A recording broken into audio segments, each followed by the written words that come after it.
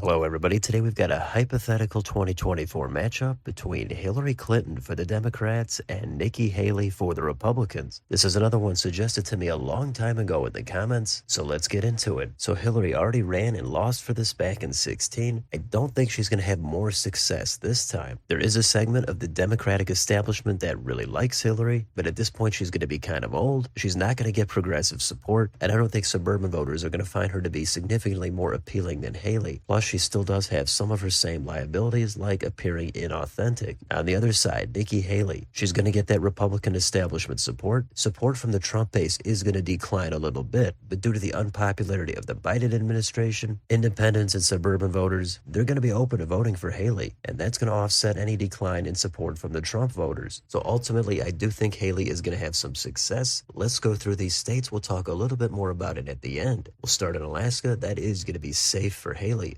Hawaii is safe for Hillary. The West Coast, Washington, Oregon, and California, they're going to stay safe for Hillary, but the margin is going to be reduced compared to someone like Trump going up against Hillary. The first competitive state, it's Nevada. In this, Hillary is just not going to get the support. Haley is going to flip it. She's going to get it by about a 1.5 to 2.5 point lean margin. Idaho, Utah is safe for Haley. Down to the border at Arizona. This, I think, is going to go to Haley. She's going to get it by about a 4 to 5 point lean margin. Montana, Wyoming, safe for Haley. Colorado, it's going to be under 10. This is going to be mid-single digits, probably 6.5 to 7.5 points, likely for Hillary. Let's go down to New Mexico. This, I think, is at about a 4.5, maybe up to a 5.5 point margin. It's borderline, but we'll put it down to lean for Hillary. North and South Dakota, safe for Haley. Nebraska at large is safe for Haley. The 2nd district is going to go red. Haley's going to get it by at least a couple of point lean margin. Kansas and Oklahoma is safe for Haley. If we go down to Texas, who knows what Haley would actually do in the South Texas trends, but I do think she's going to have more success in the suburbs, reverse some of those trends. That is going to bump this up a few points for Haley. In this, I think it would just hit about 10, so it's actually going to go safe for Haley. Next state, Minnesota. This state has been perpetually blue. I do think it would get closer as the suburbs go toward Haley, but ultimately I still think it's going to stay blue by 2 or 3 points, so it is going to go leans for Hillary. Iowa, I think, is just going to crack about 10 to 11 points due to Hillary's unpopularity. That's going to go safe for Haley. Missouri, Arkansas, Louisiana, also safe for Haley. We go to Wisconsin, that is going to flip. Haley's going to get it by at least 2 or 3 points. Illinois, Hillary's birth state, it's going to stay blue and go safe for Hillary. Michigan is also going to flip. Haley is going to get it by at least 1 point, so it's going to go leans for Haley. Indiana, safe for Haley. Kentucky, Tennessee, Mississippi, Alabama, safe for Haley. Down to Florida. Here, I think the loss in support from the Trump base is going to hurt Haley just a little bit more than some other states. It'll be at least mid-single digits likely for Haley. North to Georgia. Here's another case where the Atlanta suburbs are going to shift a little bit back toward Haley. I think the state would just barely hit 5 points and go likely for Haley. Haley's going to win her home state of South Carolina by a safe margin. North Carolina is also just going to hit likely for Haley. Up to Ohio. I don't think Haley is really a rock star in the Rust Belt. It's more due to Hillary's unpopularity that the state is just going to hit double digits and go safe for Haley. West Virginia is safe for Haley. In the northeast corner, Maine at large, that's going to get a lot closer. It's going to go down to leans for Hillary. The 1st district is going to get more narrow. It's going to get down to low double digits, safe for Hillary. The 2nd district, Haley's not quite going to be able to get all that Trump support. It's going to be close to safe, probably about 9 to 9.5 points, likely for Haley. Next state, New Hampshire. Normally it's blue on a presidential level. I think Hillary would be so unpopular that the state would flip. Haley does better with higher educated voters. She's going to get it by at least 1 or 2 points. Leans for Haley. Now we've got the blue states, Vermont, New York, Massachusetts, Connecticut, Rhode Island, New Jersey, Delaware, Maryland, and Washington, D.C. The margins here would narrow. New Jersey would probably get down to just 10 or 11 points, but I don't think Haley would quite get them down to single digits unless it was a big red wave, so I'm going to keep those all at safe for Hillary. Pennsylvania is next. That is also going to flip and go to Haley by a low single-digit lean margin. The last state is Virginia. Both of these candidates have strong establishment appeal. Haley is, of course, going to do better in the D.C. suburbs in Northern Virginia than someone like Donald Trump. Overall, the state would be more competitive. I think Hillary is still going to win it, but it's only going to be by a lean margin. So that's it. The final total is 317 for Nikki Haley, 221 for Hillary Clinton. So it's a pretty easy win for Haley. Haley. And I think most of that is due to the unpopularity of Hillary. You could say the Biden administration also drags Hillary down, but I don't think Haley is really a super strong candidate. I do think she would lose some of the Trump base. And I think if she were actually in a general election, these polls that show her beating Biden by 5 or 10 points, I think those would narrow considerably. But this would be a pure battle of the establishments. Hillary would try to signal to progressives. Haley would try to signal to the Trump base. I think both of those ends are not really going to buy it. So this would mostly come down to independents, moderates, voters in the suburbs. And ultimately, I think Haley would win. I think the Rust Belt is going to be worried about trade and NAFTA, and they're going to be hesitant about Haley. Hillary is going to hope she could get out enough union vote. But then there's all the other issues like immigration, abortion, guns, taxes, etc. We don't know exactly how they would run their campaigns and which positions they would stake out. We don't know their running mate. We don't know for sure their national environment at the time. Even though a lot of people don't like Hillary, I still think she's going to win most of the usual states. I do think it would be more narrow in the blue states, and it would get down to low double digits in a place like Oregon or New Jersey. So I try to even everything out and look at all the states and be as fair as I can. And you could go on forever about this, but I'm going to leave it there. So let me know in the comments, do you mostly agree with this map, or do you actually think Hillary would do a lot better because you think the Trump base would not come out for Haley? Or maybe you think the map would even be redder for Haley? Let me know down below. On your way out, don't forget to like, share, and subscribe. Join if you'd like to support the channel. Hit the bell for notifications. Thanks for watching, and I'll see you next time.